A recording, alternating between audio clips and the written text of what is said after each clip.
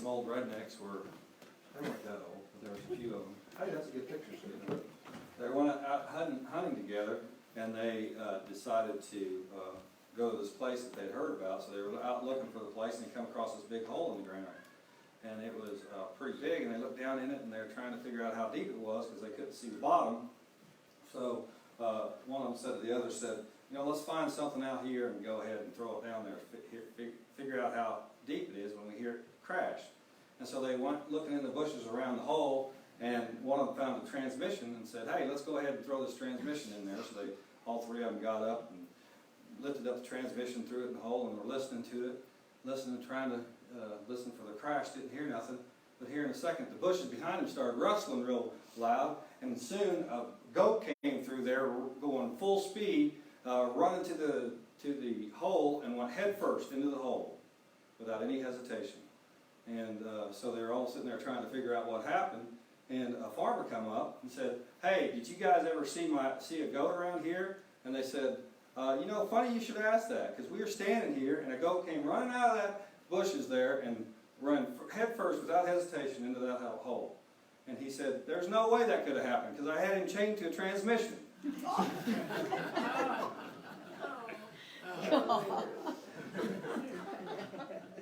I was wondering if his redneck joke was a good idea or not. So, I don't know.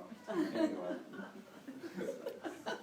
The good idea today is about faith, because, you know, I talk about faith a lot, and I'm really happy about this one, because it is the first week of Advent. And the reason I'm happy about being able to talk about faith today is because we're going to talk about the normal stuff, sort of, I talk about as far as our faith. But I'm going to talk about something I usually don't talk about, which is just as important, if not more important, and that is God's faith in you. And so let us get started. We don't always understand some things that happen in life, and I think all of us can agree with that. You know, that's one of the reasons I like Dr. Anna's upcoming grief workshop, or not workshop, but series, because a lot of things, that's one of the things we usually don't understand in life, is how come someone or something has left me, and I feel like a big loss. And there's other things in life that happen to us, the actions of others, especially those ones we love. You know, a lot of y'all know that sometimes, or either you have a family member or you know of someone who has a family member that takes drugs, and you don't understand that. You want the best for them, but they don't. It seems to us that they aren't wanting the best for themselves, so we don't understand that. Good people dying, that's something that always a minister, any minister that has ever been around any time has had the question asked them, why do good people die? Well, anyway, I'm not going to get into that part just today. Loving someone and them not returning the love that you're giving, that has happened probably to a lot of us, especially when we were young. Maybe we fell in love with somebody and then they didn't feel the same way at all, and you couldn't understand why. I'm giving you all this love and you're not giving, you don't seem to be reciprocal with it. So anyway, those are some of the things. You can think of some yourself probably, of things that happen in life that we just don't, from our human understanding, can't figure out. But that's where faith comes in. And faith makes us strong because in all the things that we cannot wrap our human mind around with some type of human understanding, then faith and knowing of a higher power in play will not only relieve any anxiety in our human mind, it will also give us peace in knowing that all is well in spirit.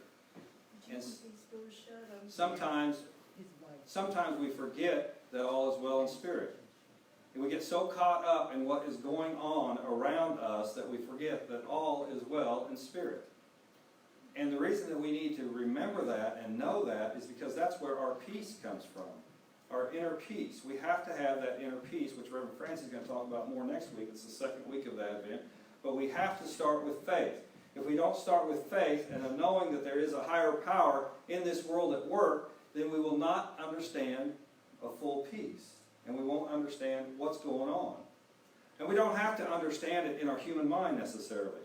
We have many examples here in this congregation about people being healed from so-called death diagnosis, don't we? Yes. And we don't deny those. We accept those because that's what's happened, right? We can see it in our physical life. But that wasn't what was supposed to happen according to the physical doctors, right? And so how does that happen? It happens because of an inner knowing of something that is stronger than this physical body that dwells in us, our spirit. And that spirit can do anything on the physical realm, anything. And we can't, if we start limiting that and we don't focus on that truth of our faith in knowing that there's a higher power, then we can succumb to things on the physical realm. Outward faith by actions we take in life is important because it reminds us of our faith walk, how we are living. So what we do in our life is something that it reflects on how much faith we have, and that's just the way it is. And so it's kind of like taking that next step in your journey. As far as I know, Leela was asking for someone for a better job in one of her daughters. Well, that's always available to you, but we have to kind of take that step out in faith sometimes, don't we? To do that. Because it is scary when someone's even just changed in a job. It's scary. Even though you may be going to a new job that's paying you a lot more money, but you don't know what's going to be there. It may be paying you a lot more money because the circumstances in that job are not favorable for people. You know what I mean? Yes. So you have to look at all those things. But when you have faith, you can actually go into a situation and know, if you know that all is well, what happens? If you are at peace, what happens? It spreads around you. People are different to you when they know that you are at peace in your own self. If you come in there all hectic and everything, what are they going to be like? Well, I'm going to be hectic. That's everybody. We're all here hectic already, so let's just stay hectic, right? But if someone of peace goes in there, and it's a calming situation for everyone in there. But in order to have peace, you have to have faith. How much joy we have in life is an indicator of our faith walk, believe it or not. You know, all of us have lost someone or something in our life that has made us grieve. But grief doesn't have to be the focus of your life. You can grieve through things and still have joy. Because the funny thing about grief is, and not funny ha-ha, but the interesting thing about grief is that every time I've asked anybody, if we're talking about loss of a person, every time I've asked anybody if they would prefer not to have ever known that person, they say no. And of course we say no. We enjoyed the time with them. We enjoyed them in our life, or else we wouldn't have grief over it, would we? So when we look at it and we can say, well, if we didn't experience that, if we didn't have that relationship, then we would not have had grief. Well, that's true. But that isn't a faith walk, is it? We walk in faith knowing that we are all God's children. We are all one and the same in spirit. And if we do that, we really never have lost anybody, have we? Because we're all one and the same in spirit. And the spirit goes beyond our body. But our joy, which is another thing in the Advent season, is something that we can understand how much of our faith walk is in. And this sounds kind of weird, but it isn't.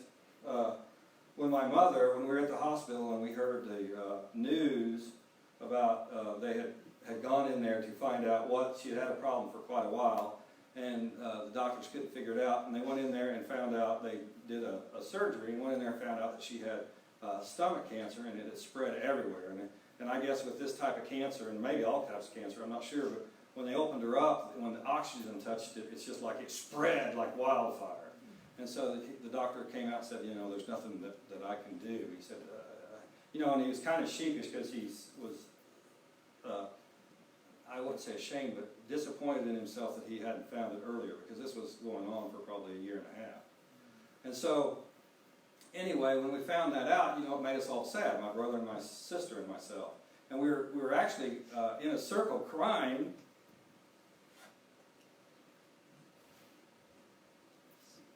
I need more sleep. We were in a circle crying, and and Mark, my brother, and you have to kind of know us, and I said, we were in, tied in kind of like a huddle, crying and talking, and I said, Mark, did you brush your teeth today? And it just made the weight go down a lot. And it wasn't because, it was just kind of like we were recentering ourselves. And that's not why, I was just kidding, but, we needed to breathe. That's something that we take for granted all the time. It's just breathing. We don't think about it because it's second nature to us, right? Well, our spirit is second nature to us.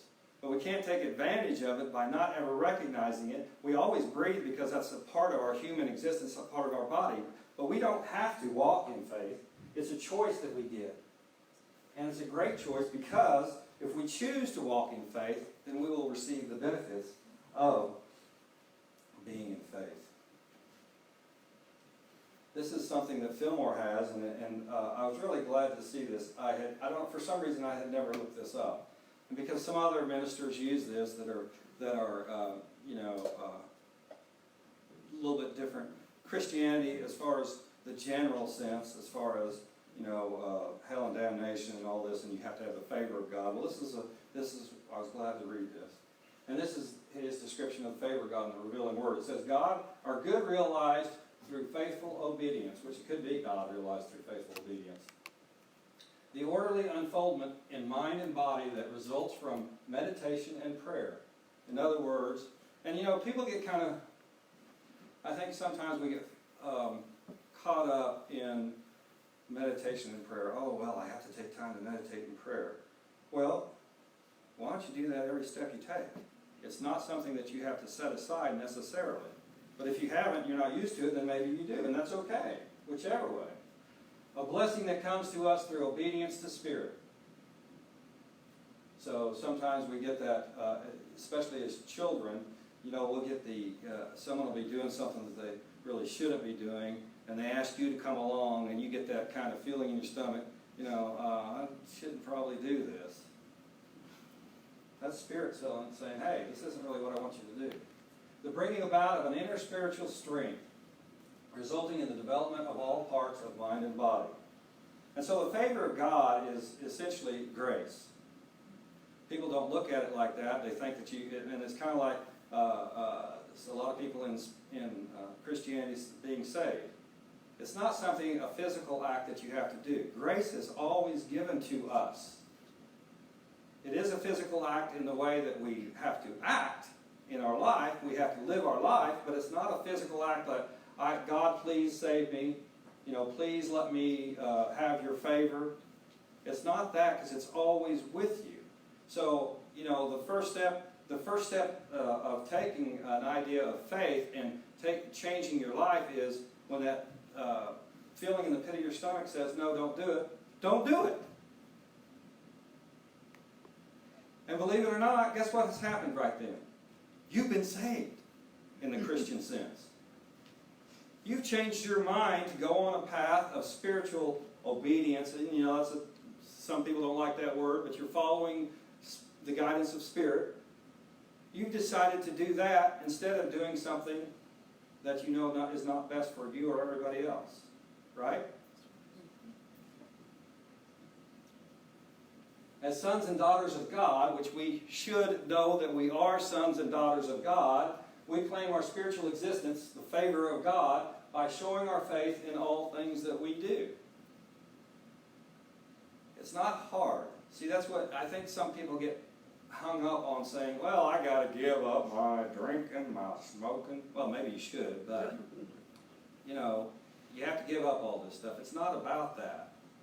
It's about just seeing what's best for you and everybody involved and how to live that life.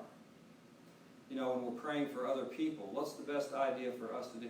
And older people in Unity understand this, and it seems like we aren't pushing it as much anymore. But prayer is a thing. It's an action that is very, very, very, very, very important. It's kind of like faith. If you don't pray about a situation that you are in an uplifting way, then you're not having faith in the situation, no matter what the situation is. We can't go out and say, oh, so-and-so, you might as well write him or her off, because they've been doing this all their life. Well, that's what you're doing, writing him or her off. And guess what you're doing also? You're writing a part of yourself off. Because if we're all one in spirit, then all of us can achieve the goal and all of us need to be on that same spiritual path. But it doesn't mean, there has been many examples throughout the history of humankind, it doesn't mean that all of us have to believe the same way, because there's a critical mass that happens that changes life for the better. Venezuelan situation will change in a second once the consciousness is there. And it doesn't have to do necessarily with only the Venezuelan people. There can be enough prayers from outside the world to make the situation in Venezuela better. And I'm glad that, actually, I think Neva brought that up, didn't you? Yes. That Neva brought that up, because we cannot stand by as humanity in the world and let a whole generation be uneducated. That isn't fair. That's saying something about ourselves. But this I've said over time, and I haven't said it lately, but I wanted you to remember that life is a prayer. Your life is a prayer. Your whole life, what you do in life is a prayer. If you say that so-and-so out there or whatever, then that's what you're praying. And that's not accurate. You know, I had a situation the other day, and I'm not going to bring up a bunch of these, so I'm just not going to bring up a bunch of them probably.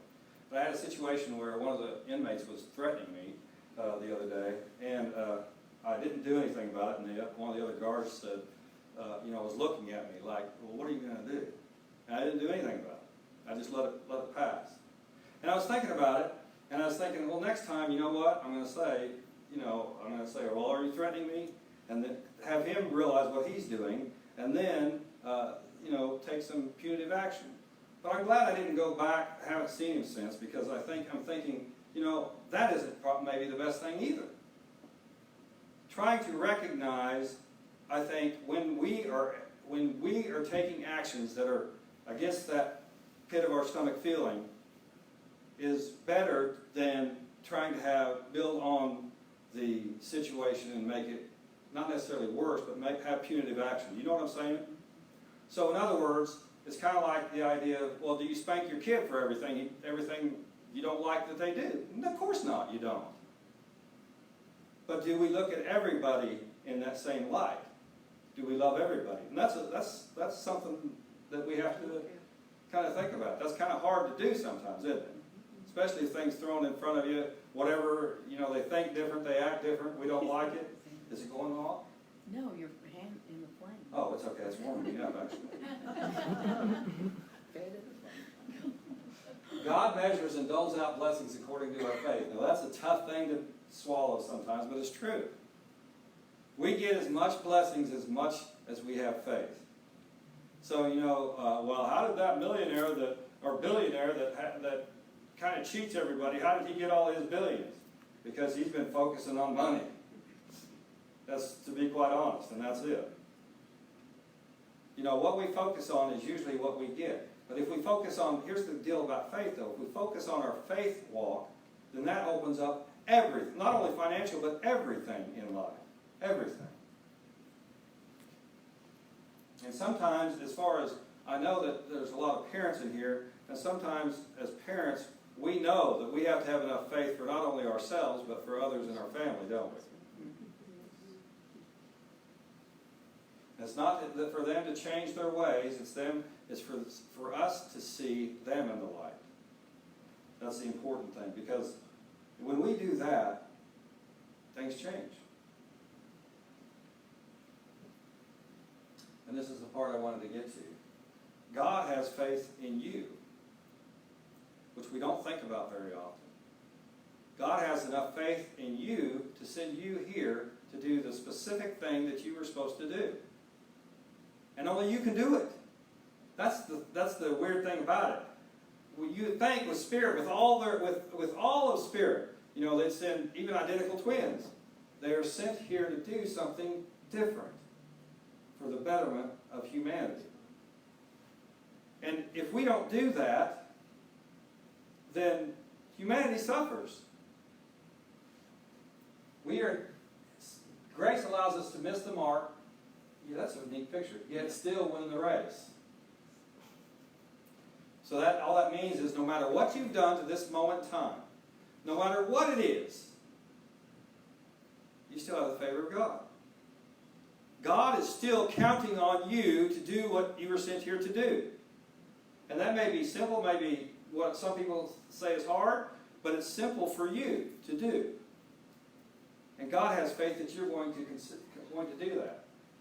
Advent, like a lot of things in Christianity, was invented to remind us that we have a special purpose. And I thought when I put that up there, you might put on Yeah, I know. put on a picture of the movie The Jerk, but because special purpose anyway. It was funny in the movie, but it's not really appropriate here. But anyway, we do all have a special purpose in life. And it was intended for us to, well, it is not only intended for us to complete that special purpose, but also it is us, the only ones that can do that and complete that special purpose. No matter what religious background you came from, God needs you. I saw something, and I don't know where it was, when it was, it really doesn't make a difference. But this imam was having, well, for those of you who know, they pray 6 days or 6 times a day, and they face the east, face Mecca. But anyway, for 13 years, this imam had the, and there was he had quite a few people praying, had him facing the wrong way. Oh. And he found out. That'd be heart-wrenching for the imam, but through grace and faith, we can know that, I don't know if he took it this way, we can know that all he needs to do is, let's get it right tomorrow. Right? And that's kind of hard to think that way. And I don't know if his superiors would have been able to think that way. But his actions are what is important. Faith is the bedrock on which all blessings flow. Well, you got some good pictures. Thanks. Faith is the bedrock which all blessings flow. I think that's self-explanatory. God has faith in you. Are you willing to go through and do what God has asked you to do? Which only you know. And you know it through prayer and through meditation and through other things. And the funny thing is, I've experienced is that God has more than one thing for you. It's just through prayer and meditation, you'll learn the first thing. You'll go do it, and then there'll be something better, and then something better. And that's why it's always good, better, best in my book. Not bad and good, it's good, better, best. You know, even the people that I deal with sometimes at the jail, I don't look at them as someone who has done wrong. Although I can read some of their, when somebody's booked, we have to look at a history sheet and figure out how to classify them, whether it's minimum security or all the way up to maximum security. And we go look at their, what the severity of their things they've done in the past. Well, I've had to classify them in all areas, but, you don't like to really put somebody in maximum. But if that's what they've done in this moment in time, that's where they need to be.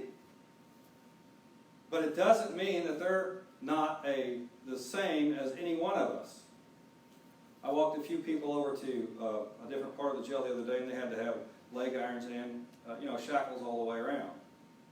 And I told them when we got there, I said, and of course I'm dealing with men all the time, but I told them when they got there, no man deserves to be chained up like this. And I think it changed his life. For someone that doesn't have to say that, doesn't have to care about that person at all, just has to carry out a job, to say that to them, I think it really helped him. Now if it helps him now, hours from that, who knows? But all we can do is plant that seed to let someone know their worth.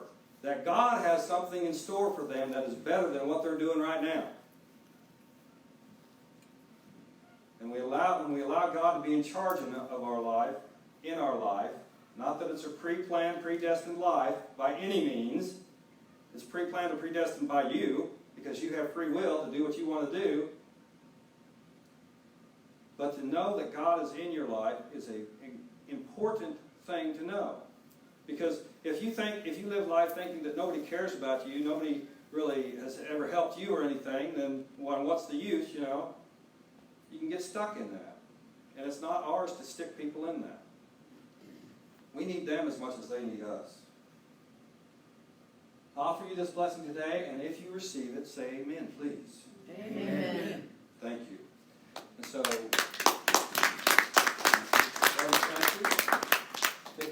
song today, and I like it.